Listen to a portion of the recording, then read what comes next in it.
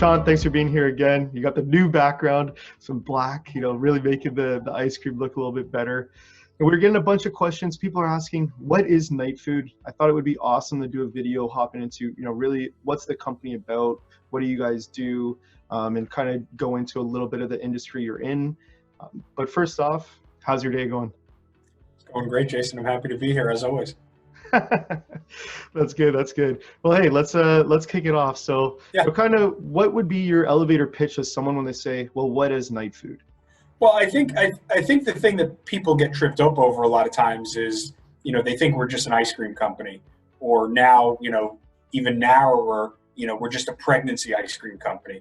And what people need to realize is that these cravings are biological, they're generally universal, and we are a snack company. We're a better for you snack company. So what everybody's seen over the last few years, going back probably 10, 15 years now, is billions of dollars moving into better for you versions of the popular snacks that people like. And that could be nutrition bars, but it's also, better for you popcorn like Skinny Pop, ice cream like Halo Top. So all of these products. So we are a better for you snack company. What makes us different, and that could be, right now that's ice cream, but in the future that could be popcorn, right? It could be chips, cookies, any types of snacks that people crave and like to eat at night. We can go there. So we're a snack company, we're better for you snack company. And the key differentiator is that we're the only company that's formulated with better sleep in mind and formulated for better sleep. So we know that people are eating most of their, well, not most, about half of all snacking happens between dinner and bed. So that's our key differentiation point. We are a better for you snack company. We're pioneering this new category, which is nighttime snacking, or as we like to just call it, night food. And we think it's going to be $1 billion category. It's important that people realize we're much more than just an ice cream company. Yeah, and I think that's interesting. Really, you guys have a cool niche where like you're saying, you're pioneering the nighttime, better for you and better for your sleep type of food. And I think that's fantastic. Obviously, starting with ice cream, like you said, but I agree. I mean, it's definitely kind of, I guess, a niche that's growing. And I would assume the numbers are incredible, but people are starting to care a lot more about what's happening after they eat something. So that's fantastic.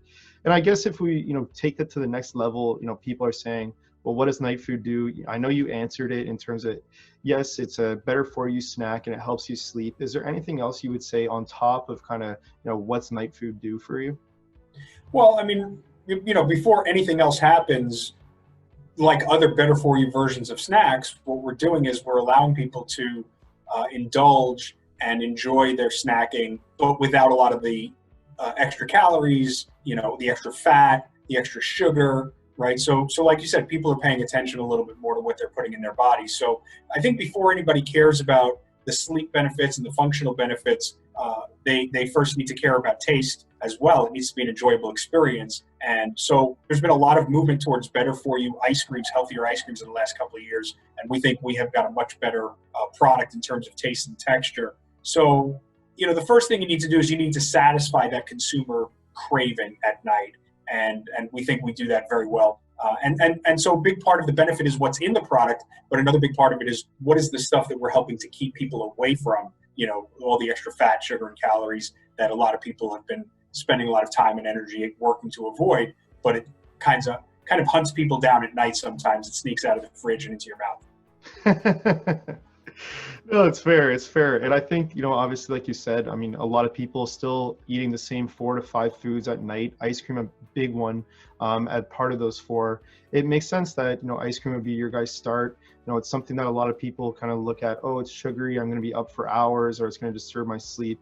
And maybe if you want to touch on what's the secret, what makes Nightfood, kind of help you sleep, whereas other ice creams don't? What's the big difference?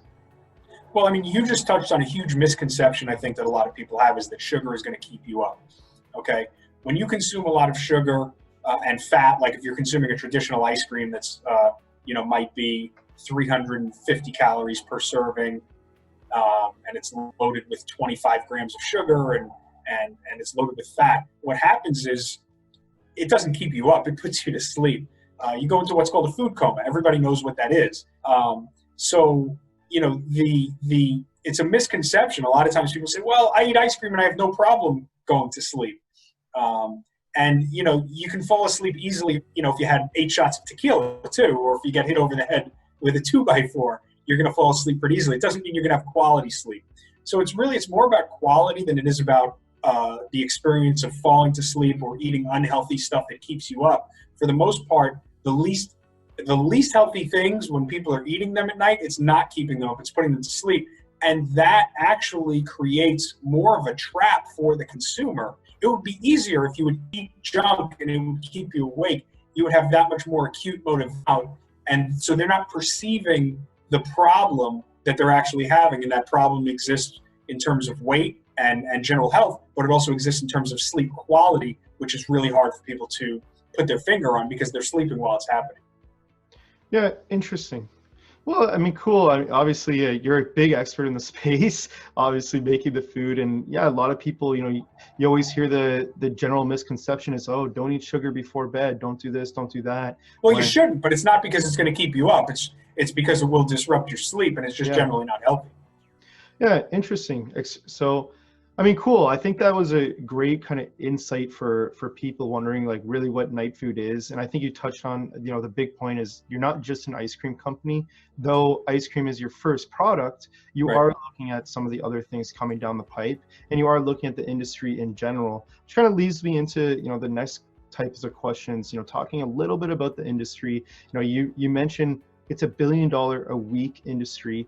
Just in the U.S. alone, so $50 billion a year. Let's just round a little bit, right? Is there anything else you want to kind of say about that industry? Obviously, $50 billion is a lot of money just in nighttime snacking, right? Where do you see that going in the future? 2 things. I mean, in the short term, everybody knows that snacking has increased since COVID has hit. People are staying at home more. There's less to do. They're not out, at the movies. They're not out, playing sports or at the restaurants, really doing anything. So they're more at home. So nighttime snacking in the house is going up, and that's increased in the short term.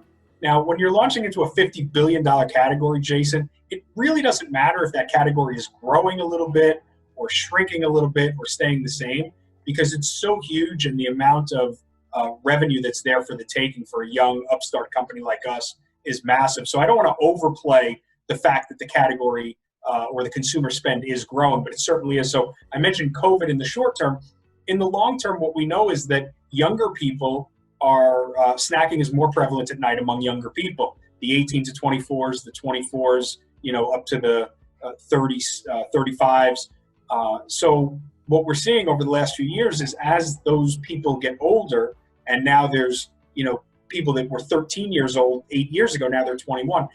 It's getting more and more prevalent. So it's more frequent, it's growing, but again, the category is so big, if it grows to $53 billion in a year or two, that's not going to necessarily enhance our success or make us any more valuable.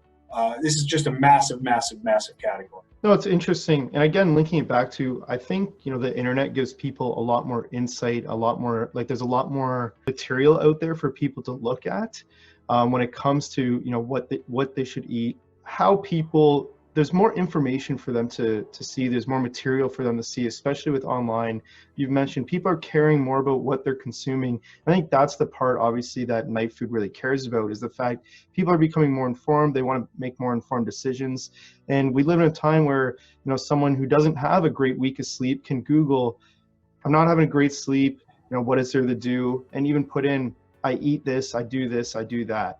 And you'll probably get people that obviously respond with a lot of dietary stuff. I think that's awesome, where you're going to see Nightfood fit in a lot in the conversation, is the fact that Nightfood is a better solution to other ice creams out there. And that's what you're going after. Not so much the size of the market. And yes, the population's growing. Obviously, if it goes to 52 billion, well, great. That only benefits. But you're looking at the fact that people are becoming more intelligent and more knowledgeable about what they're putting in their body. Yeah, that's a good point. And the other thing that's really happening around us and didn't exist when I started the company is there is more research about understanding why do we eat such junk at night? Why do people do it when we know that we shouldn't be? because I think most people do know, we've done our research, and most people do know that eating unhealthy stuff at any time is unhealthy and bad, but especially at night, they're more likely to give in and do it. And we know a lot more about those cravings. We understand the motivation behind the behavior. It's not just a bad habit. It's not just people being intentionally bad or lazy or weak. We now understand that two things are going on. One is we're biologically programmed to crave sweets, salts, and fats more as we get later in the day. And willpower also gets weaker. So at night, when the cravings are strongest, willpower is weakest. And there's other factors in play as well, but those are the two main ones. And that's why people are so likely to go off the rails. And that this information is readily available out there, but it's not something where consumers yet have really put all the pieces together for themselves. But in addition to us being out there, I think the media is starting to tie this together for consumers. You see major publications every month or two with articles about nighttime cravings and how what you eat will impact your sleep. And that's really a great tailwind for us right now. Yeah, that's fantastic. I guess leading into, for someone who's interested in trying the product or even wants to buy the product, where's the place to go?